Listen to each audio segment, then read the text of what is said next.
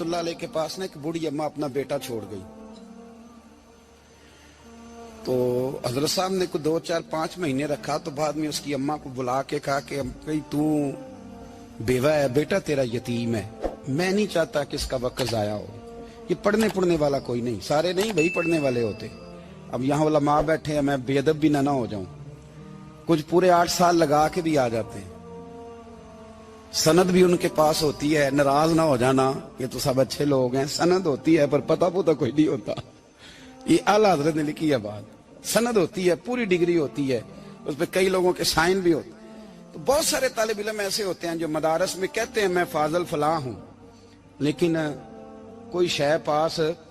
تو مولانا سردار احمد صاحب محدث اعظم پاکستان رحمۃ اللہ علیہ اس بوڑھی کو کہنے لگے تیرا بیٹا کون دینا ہے, پڑھنا پڑھانا اس نے کچھ بھی نہیں, تو یتیم بچہ ہے, کل کو تو کہے گی کہ میرے بیٹے نے وقت ضائع کیا تو واپس لے جا.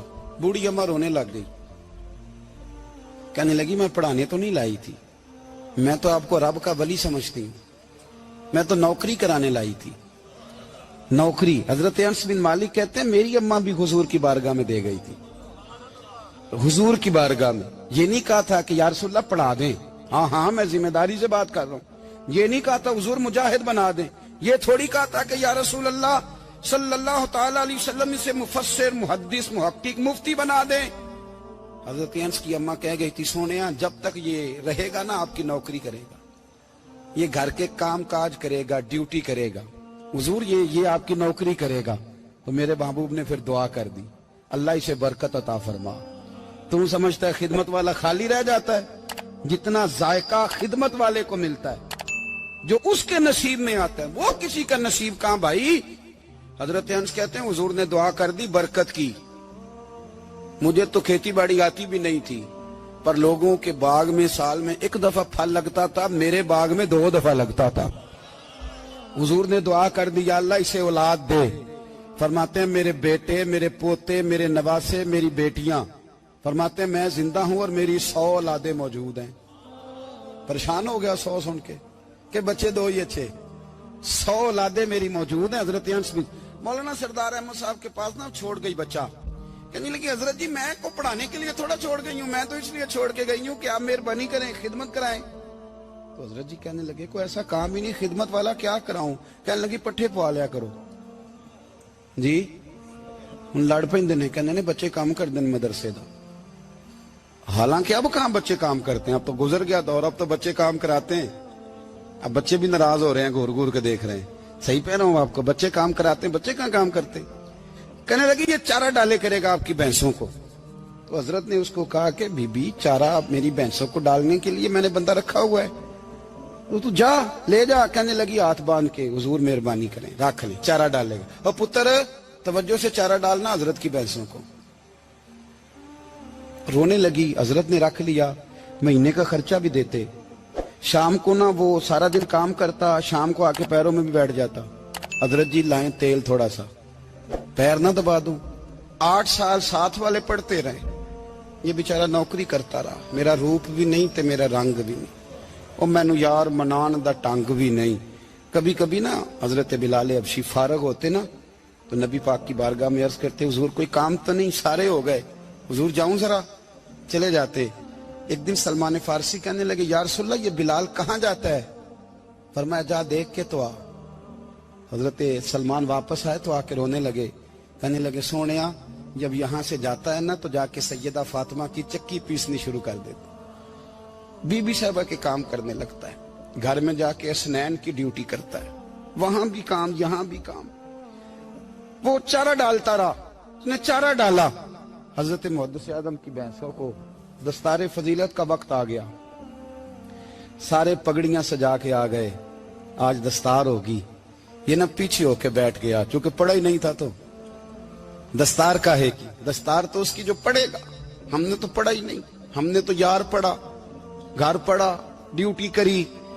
حضرت محدث اعظم رحمت اللہ علیہ کے ہاں جب اعلان ہونے لگا نا کہ اب دستار ہوگی, تو حضرت نے پہلا اعلان اس کا فرمایا. تو مجھان والا بندہ کپڑے بھی کدی کدی بدل دے نا. وہ کہتا ہے جس حال میں بھی تھا میں پلٹ کے دیکھنے لگا کہ پڑھا پڑھایا تو ہے, کوئی شے نہیں. یہ ماجرا کیا ہے. پیچھے سے اٹھ کے آئے, تو کہتے ہیں باقیوں کی دستار کسی عالم نے کی, کسی صوفی نے کی, لیکن یہ بھینسوں کو چارہ ڈالنے والا جب آیا تو محدث اعظم نے فرمایا پگڑی کے بال کو کوئی ہاتھ نہ لگائے, یہ ساری دستار میں نے کرنی ہے. اور فرماتے ہیں حضرت بال بھی دیتے جاتے تھے اور آنسو بھی بہاتے جاتے تھے, ماتھا بھی چومتے تھے اور فرماتے تھے دستار کے بعد چلا تو نہیں جائے گا یار, مجھے تو عبادت بھی نہیں رہ گئی, مجھے تو چابیوں کو بھی نہیں پتا کون سی کہاں رہتی ہے, جائے گا تو نہیں تو رو پڑا, کہنے لگا سونے جائے تو وہ جس کے پلے کچھ ہے ہو, آتا جاتا تو ہے کچھ نہیں, مجھے کس نے رکھنا ہے, میں نے کہاں جانا ہے, ادھر کہاں تو ادھر ہی رہوں گا. وہ اس طالب علم کے سارے استاد بھائی کہتے ہیں اس نے دستار کرائی, پڑھا پڑھایا کچھ نہیں, پر جو مسئلہ اڑ جاتا تھا نا, وہ جو اڑ جاتا تھا نا, وہ جا کے اس سے پوچھتے تھے تو کتابیں کھولنے کی ضرورت نہیں پڑتی تھی.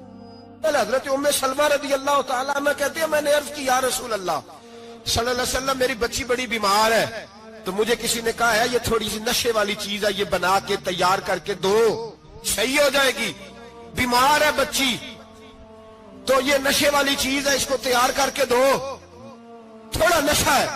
اگرچہ بعض, میں نے شروع میں کہا, بعض لوگ مریض کو, سخت مریض کو ایسی ادویات جو مجبوری بن جائے اس کی گنجائش اور اجازت دیتے ہیں. محتاط علماء تو اس میں بھی بہت ساری چیزیں پہلے بیان کرتے, لیکن اس نے کہا جی میرا نشہ دینا ہے شفا کے لیے. حضرت ام سلمہ کہتی ہے میرے نبی پاک نے میری طرف دیکھا, میری طرف, تو میں نے کہا یا رسول اللہ آپ کیا فرمانا چاہ رہے ہیں؟ تو نبی پاک نے فرمایا ام سلمہ کبھی ناپاک چیز میں بھی شفا ہوئی ہے, کبھی ناپاک چیز میں بھی, کبھی شراب اور خمر میں بھی شفا ہو سکتی ہے.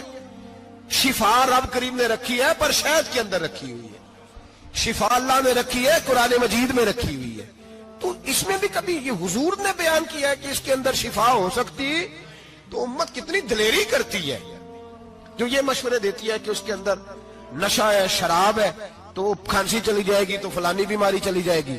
نہ آؤ ان چیزوں پہ, نہ اپنے ایمان کو خرابی دو, اور نہ ایسی باتیں کرو جس سے کہ ڈائریکٹ رسول اللہ صلی اللہ علیہ وسلم کے واضح ارشادات کی مخالفت ہو. میرے نبی پاک صلی اللہ علیہ وسلم نے فرمایا, اور پھر کچھ لوگ کہتے ہیں تھوڑی پی ہے جی. اب تو میں تجزیے میں پڑھ رہا تھا کہ ایسی شراب ایجاد ہو گئی ہے, لوگ شراب پیتے ہیں اور وہ مست بھی رہتے ہیں, کار بھی چلاتے رہتے ہیں, کہتے ہیں جی نہیں ہمارا ذہن معاف نہیں ہوا تو یہ والی صحیح ہے, نشہ نہیں لاتی. میرے نبی پاک صلی اللہ علیہ وسلم نے فرمایا جس چیز کی تھوڑی مقدار, زیادہ مقدار حرام ہے اس چیز کی تھوڑی مقدار بھی حرام ہے, جس کی زیادہ مقدار حرام ہے اس کی تھوڑی بھی.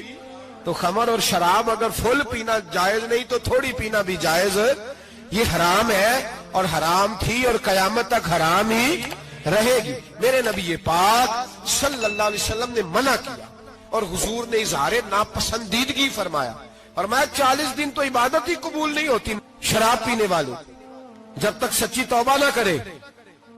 یہ لفظ جب ادا کرتا ہوں تو شرم سے میری زبان لڑکھڑاتی ہے کہ یار درباروں پہ بھی نشہ بکتا ہے. میں یہ بات کر رہا ہوں صوفیاء کا ترجمان, درباروں پہ, مزاروں پہ, اور سجادہ نشینوں تمہیں زمین نگل جائے, آسمان تمہیں لے اڑے, تم پر قہر نازل ہو, تم نے باپ دفن کر کے تو وہاں نشے کا اڈا بنا لیا, ماؤں سے بیٹے چھیننے لگے ہو, عورتوں کے سروں سے کپڑے چھیننے لگے ہو, سہاگ مارنے لگے ہو, بیٹیاں اور بیٹے یتیم کرنے لگے ہو, نشہ بیچتے ہو درباروں اور مزاروں پہ. یہ تماشا لگ گیا. آپ کیسے کروں یہ بات, پر کرنی پڑ رہی ہے, مجبوری ہے, یہ مضمون مکمل نہیں ہو سکتا. بند کر دیں وہ دربار, ہمیں نہیں چاہیے جن درباروں پہ نشہ بکتا ہے. میں ذمہ داری سے کہہ رہا ہوں, بات ریکارڈ ہو رہی ہے. جوتے کی نوک پہ وہ سجادہ نشین جو امت کو ڈرگز دیتا ہے, وہ سجادہ نشین کا ڈیرا نہیں, وہ گند کا اڈا ہے, وہاں سے فیض نہیں مل رہا, امت کی تباہی ہو رہی ہے. بتا دو, پھیلا دو, اس کو اعتراض کرنا کرو. میرے رسول پاک سید عالم صلی اللہ تعالی علیہ وسلم کا دین ضروری ہے, کسی پیر کی سجادگی ضروری, بولیے سجادگی ضروری. بڑی ذمہ داری سے کہہ رہا ہوں اور نمائندگی کر رہا ہوں اپنی جماعت کی. نہ ہمارے بزرگوں نے کل اس کی حمایت کی تھی، نہ آج کرتے ہیں، نہ قیامت تک کریں گے۔ بند کر دیں وہ دربار اور مزار۔ بزرگ دنیا میں یہ کام کرنے آئے تھے، اور ہماری سوچ اتنی گر گئی ہے، اتنے ہم کمزور ہو گئے۔ کہتے ہیں جب اس کو چڑھ جاتی ہے تو پھر بڑی معرفت کی باتیں سناتا ہے۔ تجھے شرم نہیں آئی یہ لفظ کہتے ہوئے؟ اب نشئی تجھے معرفت سکھائے گا؟ اب تو شرابی سے، بھنگی چرسی سے دین سیکھے گا؟ کہتے ہیں اس نے پی ہوئی تھی، چڑھی ہوئی تھی، وہ بات کر دی تو میرا کام بن گیا۔ اتنی گندی اور میلی سوچ صاحب ایمان کی ہوتی ہے، تو اب نشیوں سے جا کر دعائیں کرائے گا؟ سن، میرے نبی پاک صلی اللہ علیہ وسلم نے فرمایا جو شراب پی لے، نشہ کر لے، اس کی تو 40 دن تک عبادت رب قبول نہیں فرماتا۔ تو کہتا چڑھی ہوئی تھی تو اس نے دعا کر دی، تجھے شرم ہی نہیں آئی بات کرتے؟ حیا ہی نہیں کیا تو نے جملہ بولتے؟ یہ کوئی تصوف اور طریقت ہے؟ جاؤ اٹھا کے لے جاؤ۔ ایسی کوئی تصوف اور طریقت ہمیں نہیں چاہیے، ہمیں وہ والی طریقت چاہیے جس میں خدا کے قرآن کی بات ہوتی ہے اور محمد مصطفیٰ کے فرمان کی بات ہوتی ہے صلی اللہ علیہ وسلم۔ تو بھائی یاد رکھو، یہ کوئی طریقہ نہیں۔ ایک مزار ہے، مجھے ایک صاحب کہنے لگے آ جائیں یہاں بھی فاتحہ پڑھیں۔ میں نے کہا یہاں کیا ہے؟ کہنے لگے تھے تو بابا جی نشہ وشہ کرتے، پر اب سنا ہے لوگوں کی منتیں بڑی پوری ہوتی ہیں۔ مجھے جذبات بڑے کم آتے ہیں۔ میں نے اس آدمی کو گریبان سے پکڑ لی، میں کہ ادھر ہٹ، وہ تو نشہ کرتا تھا اور تو جاتا تھا، تیری یہ کیسے طاقت ہوئی؟ تو نے مجھے مشورہ دے دیا ہے، تو ہمیں کمزور سمجھتا ہے؟ ہم کمزور ایمان کے لوگ ہیں، اور میں یہاں تجھے کہوں گا نہیں نہیں میں یہاں نہیں جاتا، میں وہاں جاتا ہوں۔ بالکل کوئی لگی لپٹی بات نہیں، کھری بات۔ تصوف وہ، دربار وہ جہاں قرآن پڑھا جائے اور رسول اللہ کی حدیث سکھائی جائے، باقی کوئی مطلب نہیں کسی قسم کا۔ میں داتا صاحب کبھی جاؤں نا جلسہ کرنے کسی کام سے، کسی تقریب میں، تو میں داتا صاحب کے مزار پہ نہیں جاتا۔ میں کہتا ہوں یار یہ یرانہ نہیں کہ بندہ کسی کام آیا تھا تو فاتحہ پڑھ لی، واپس چلو۔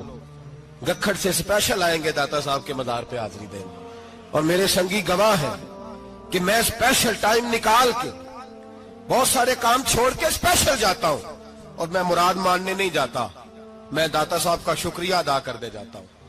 میں ان سے کہتا ہوں حضور آپ کی مہربانی، آپ یہاں آئے تو ہمارے بڑے بھی رسول اللہ کے غلام بن گئے۔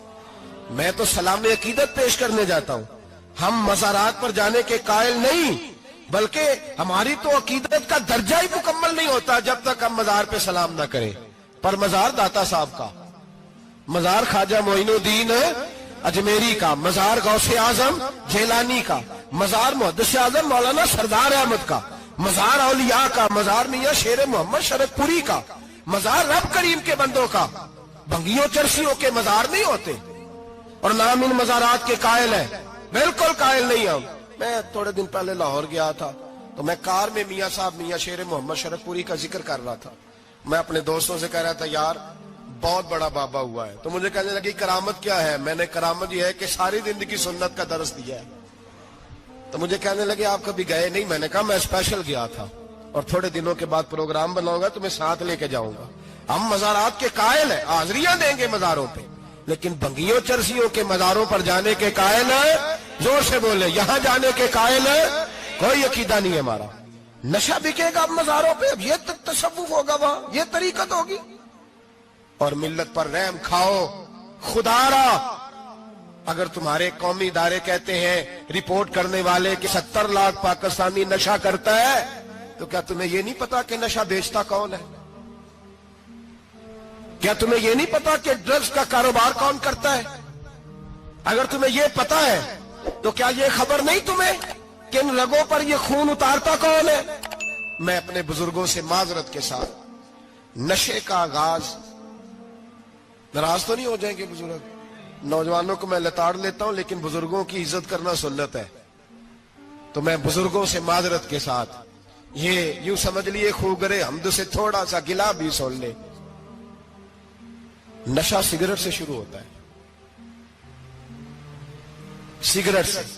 میں تمباکو کو حرام نہیں کہتا، یہ فتویٰ نہیں دے رہا۔ تمباکو کا حکم وہی ہے جو مولی کا ہے، جو کچے پیاز اور لہسن کا ہے، کہ آپ جب کھا لیتے ہیں تو منہ سے بدبو آتی ہے، تو آپ مسجد میں آئیں تو آنے سے پہلے مسواک کریں، منہ صاف کریں، پھر آپ آ جائیں۔ تو جائز ہے، مکروہ ہے لیکن حرام۔ لیکن تمباکو سے آگے جب حالات بڑھتے ہیں، تجزیہ نگاروں نے لکھا ہے کہ ہمارے پنجاب کے کچھ علاقوں میں اب سگریٹ سے نکال کے نا، پہلے بھی بھرتے تھے لوگ اس میں بڑا کچھ، اب پتہ ہے کہ نیا نشہ ایجاد کیا ہے، اب اس کے اندر چرس بھی بھرتے ہیں اور چھپکلی کو مار کے سکھا کے خشک کر کے اس کو پیس کے وہ ساتھ نشے کے ملاتے ہیں، اور اس کا حال یہ ہوتا ہے کہ آدمی کو زیادہ نشہ ہوتا ہے، اور کہتے ہیں وہ اتنا گند ہے کہ وہ آدمی کسی کو دانت بھی لگائے گا تو وہ بندہ بھی بیمار ہو جائے گا۔